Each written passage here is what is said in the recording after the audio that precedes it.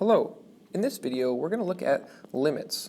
Now, they're in section 2.2 and 2.3 of your textbook, so you're welcome to go ahead and read those sections as you follow along with the video. There's some good examples in there and some good explanations and diagrams that definitely can help further your understanding. So you open up your calculus textbook and you go to section 2.2 and 2.3. Now, limits are actually our first calculus topic that's not part of the review from pre-calculus. And as we get into this topic, I want us to have a bit of a motivation, a bit of an example that gives us the question, why are we looking at limits? What's their point? What are they good for?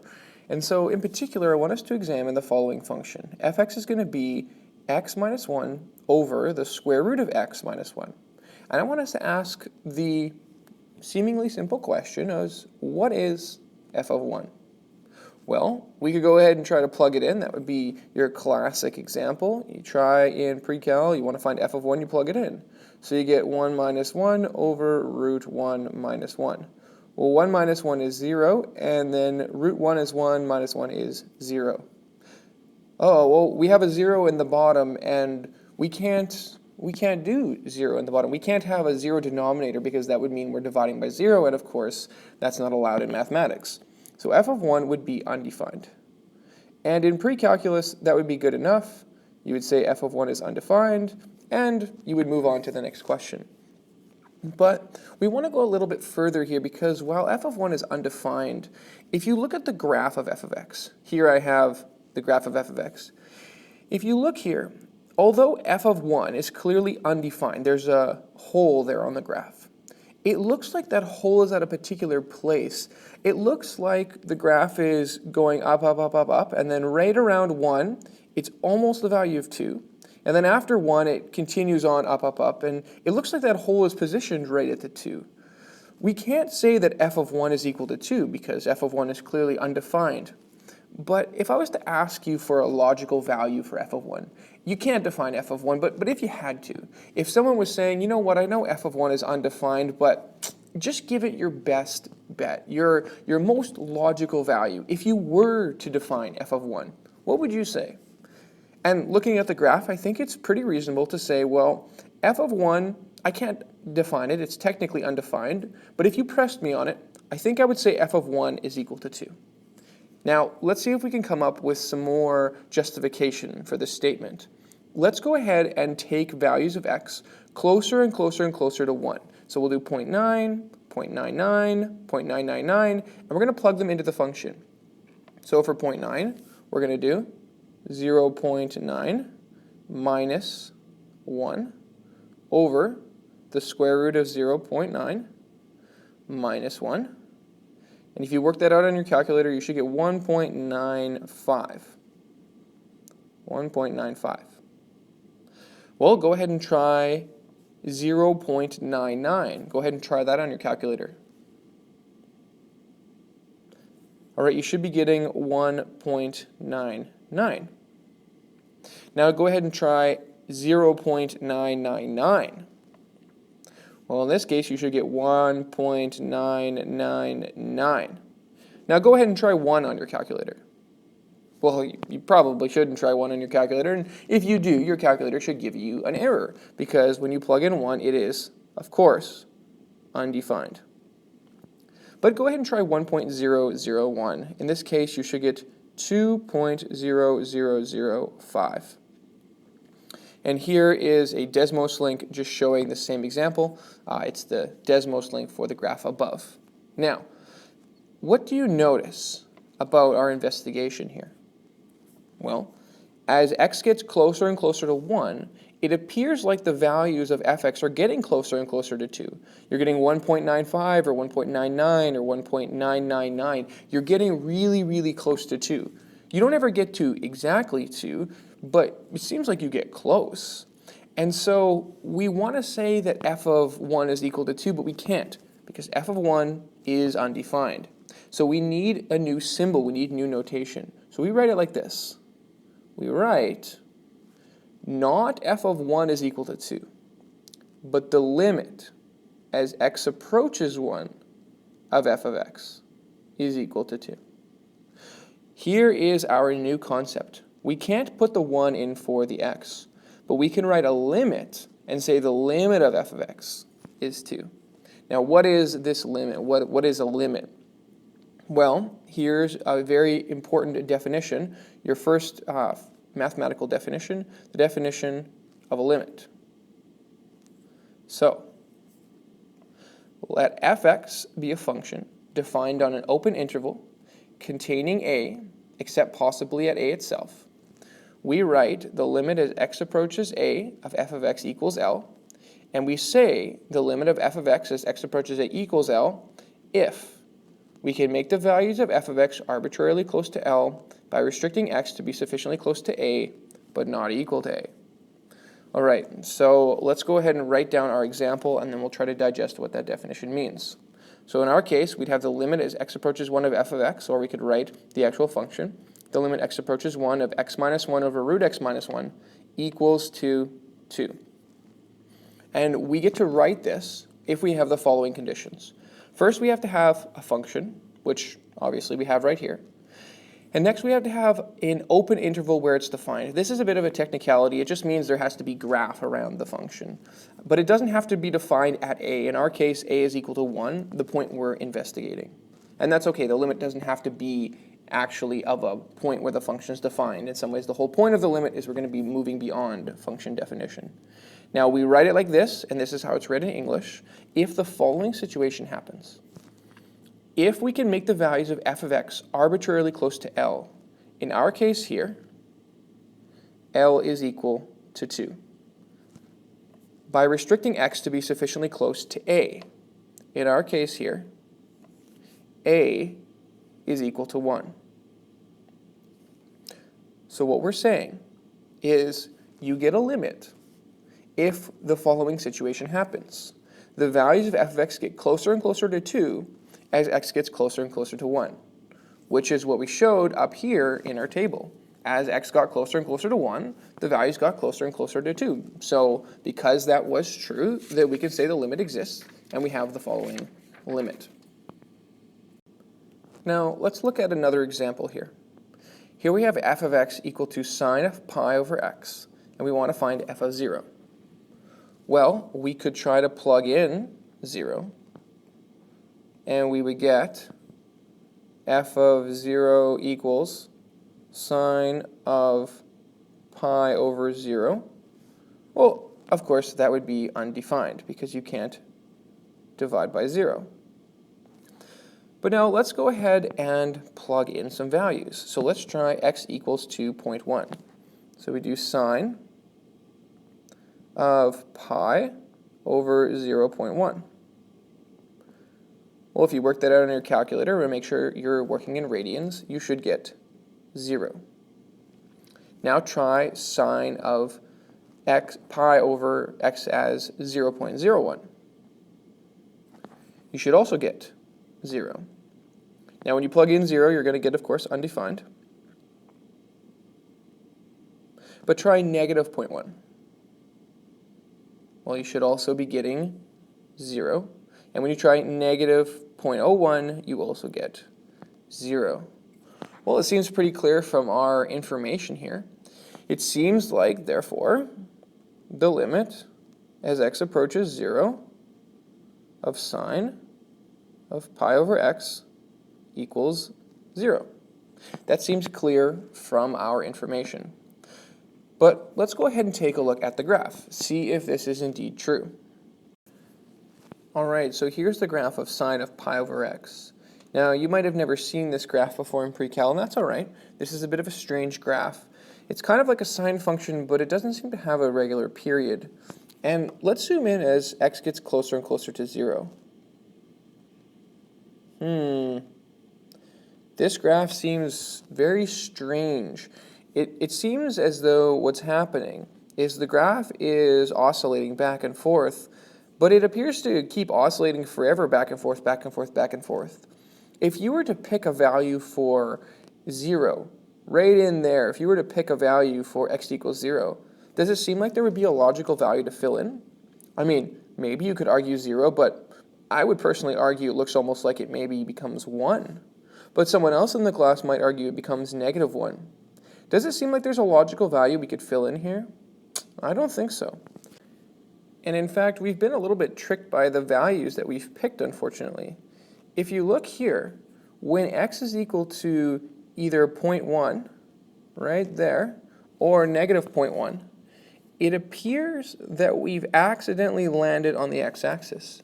It's almost as if the values we picked were conveniently the ones that gave you 0.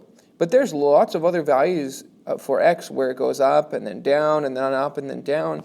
And so we just happened to get on a couple values that landed on the x-axis. There's lots of values all over the place.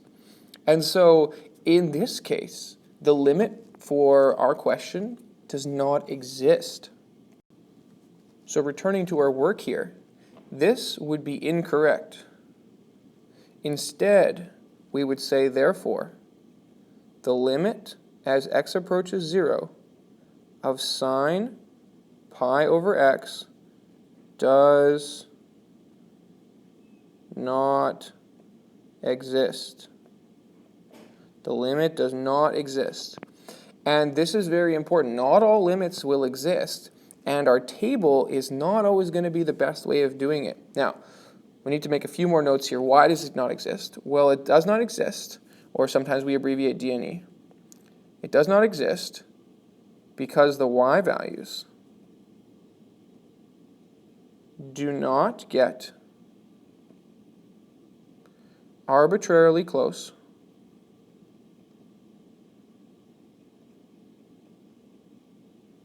to some value L.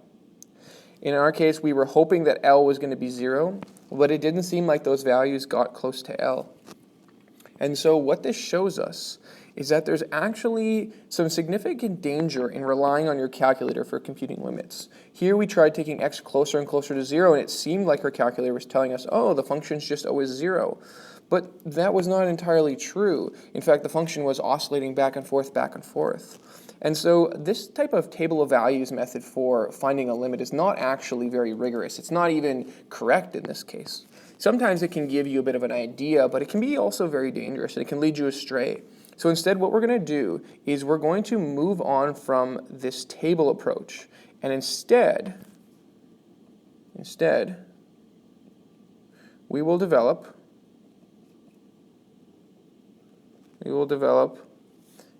an algebraic approach.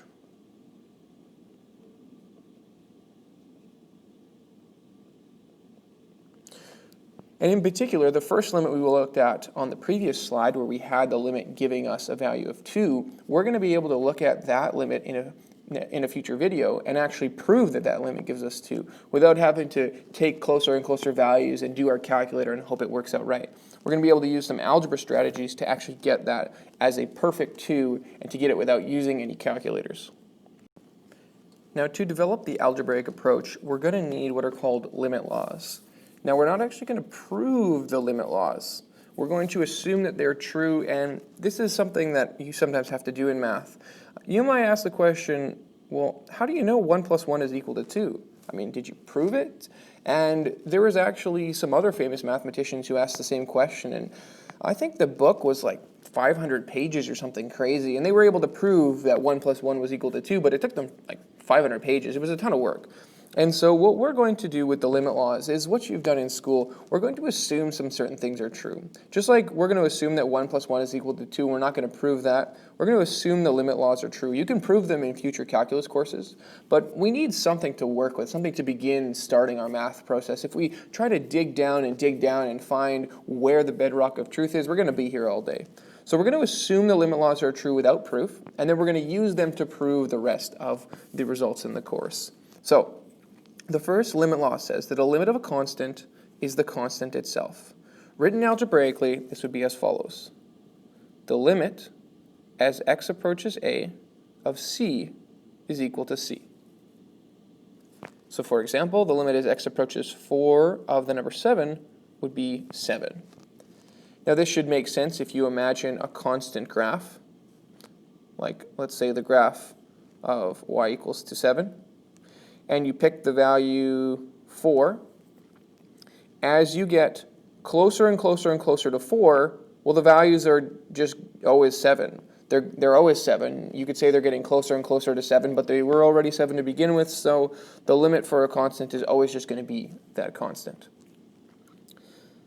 Number 2, the limit of a power at a is the power evaluated at a. So in symbols it looks like this. The limit, as x approaches a, of x to the n is equal to a to the n. Or, for a concrete example, the limit as x approaches negative 4 of x cubed is going to be equal to negative 4 cubed, which is equal to negative 64.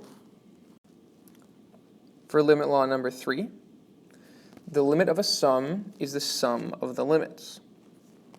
So what this looks like algebraically, or with symbols, is that the limit as x approaches a of f of x plus g of x is equal to the limit x approaches a of f of x plus the limit x approaches a of g of x. It's almost as though you can think of this limit distributing. So you do the limit of the one, and then plus, and then the limit of the other. So what this would look like is if you wanted to find the limit as x approaches 4 of x squared plus 6, well, you would find the limit as x approaches 4 of x squared plus the limit x approaches 4 of 6. Now the limit as x approaches 4 of 6, this is the limit of a constant. We know that's just going to be 6. And here we have x squared. We know for a power, you just get to plug in the value 4. 4 squared is 16, plus 6 will be 22. Now you should be noticing something here. I can do these steps, and I'll get the number 22. But if I took the number 4 and just plugged it in here, 4 squared plus 6 would give me 22. And so as we go through this, you're going to start to realize that limits are actually very similar to something we've done in math before. Keep that in mind as we look at the next limit. Limit law number 4, the limit of a difference is the difference of the limits. So the limit as x approaches a of f of x minus g of x is equal to the limit x approaches a of f of x minus the limit x approaches a of g of x. Again, you can think of the limit kind of distributing to the two pieces. So if I had the following limit, x cubed minus 3, or x squared minus 3, sorry, I would do the limit x approaches 3 of x squared minus the limit x approaches 3 of 3. Again, the limit for that power will just be 3 squared. The limit for the constant happens to be 3. Bit of a coincidence there. So we get 9 minus 3, which is 6. Again, would you have been able to go from here to the 6 just by plugging it in? It looks like you would have been able to. Interesting, interesting. Number 5, the limit of a product is the product of the limits. So the limit x approaches a of f of x g of x is equal to the limit x approaches a of f of x times the limit x approaches a of g of x. So if you have multiplication, you can just do the limit of each one and then multiply afterwards. Let's say we had 2x squared. Well, here I technically have 2 times x squared. So let's go ahead and limit.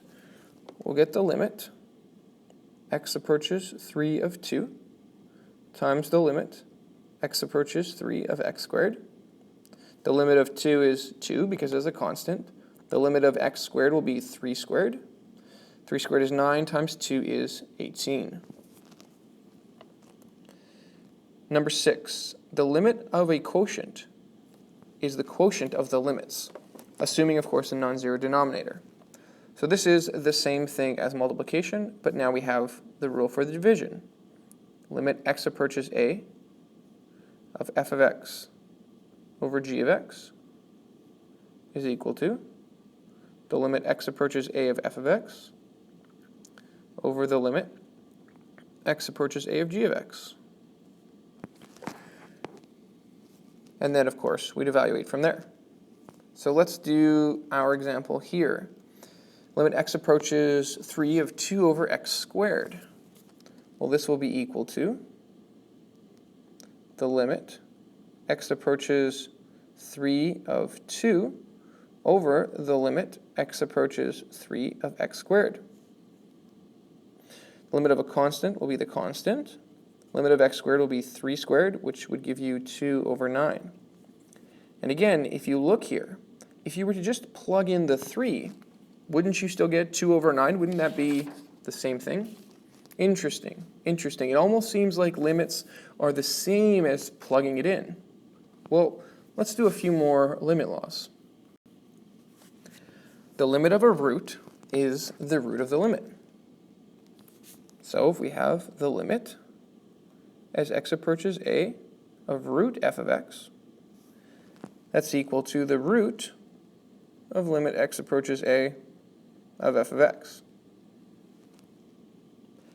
So if we had the limit as x approaches 3 of root 3x, we would get the root limit x approaches 3 of 3x. Then technically we'd have to use another limit law, because now we have to do the limit as x approaches 3 of 3 times the limit x approaches 3 of x, which will give you the constant will be 3. The x also plugs in 3, so you get the square root of 9, which is 3. Again, this is a lot of work to show that it would just be 3. I think you could almost do that one in your head if you were to plug in the value of 3 here. Limit law number 8. Constants can be factored out of limits. So this is written as follows. If you have the limit as x approaches a of c f of x, where c is a constant, you can simply take that constant out and then worry about the rest of the limit. So if I was going to do the limit as x approaches 5 of 2x squared, now I could consider this as multiplication as 2 times x squared, but instead I'm going to just simply take that 2 out. Another way of thinking about it. Then I'm going to plug in the 5. 5 squared is 25 times 2 is 50. Now combining all of these, we have a wonderful limit law number 9, which is that the limit of a polynomial at a is the polynomial evaluated at a. So if somebody gives you a polynomial like this, 2x squared plus 4x minus 7, you could, of course, do the limit of a sum as the sum of the limits, and the limit of a difference is the difference of the limits, and factor out the constants, and use all of the limit laws. You could do that. But limit law number 9 says, just go ahead and plug it in. 2 times 2 squared plus 4 times 2 minus 7. So that'll give me 8 plus 8 minus 7, which is 9. There you go.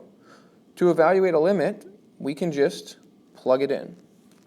And this is very, very important, because what it means is that to do a limit, at least initially, it's almost the same as just plugging it in. It's just like function evaluation. And this is a very important takeaway. For limits, if you can plug it in, a limit is just like function evaluation, aka plug it in, which is very useful, because if we're going to do some limit and we can plug it in, if we can plug it in, then we get to. All we're doing is simply plugging it in. Let's look at a couple multiple choice questions. Determine the limit. Limit x approaches 2 of x plus 3 squared. So pause the video and give this one a try. All right, assuming you gave this one a try, what you can do is, because we have a polynomial, you can simply go ahead and plug in the number 2. So 2 plus 3 squared, which is 5 squared, which is 25. So the answer would be 25. For a regular function, like f of x equals sine x, the limit is a, some super complicated math thing, b, does not exist, c is simply function evaluation, d is way too hard. Well, hopefully you're coming up with the correct answer. The correct answer would be C, simply function evaluation. Limits are basically just function evaluation for regular functions when you can plug them in. They're just going to be the same as you're used to. You're going to plug it in, and in fact, we're going to do a worksheet next on evaluation where all you do is plug in limits where it simply plugs in nicely. And so go ahead and take a look at the limits evaluate worksheet. This is for homework. And on most of these questions, you should just be able to plug it in. You take the value, you plug it in, you evaluate it, and you get your answer.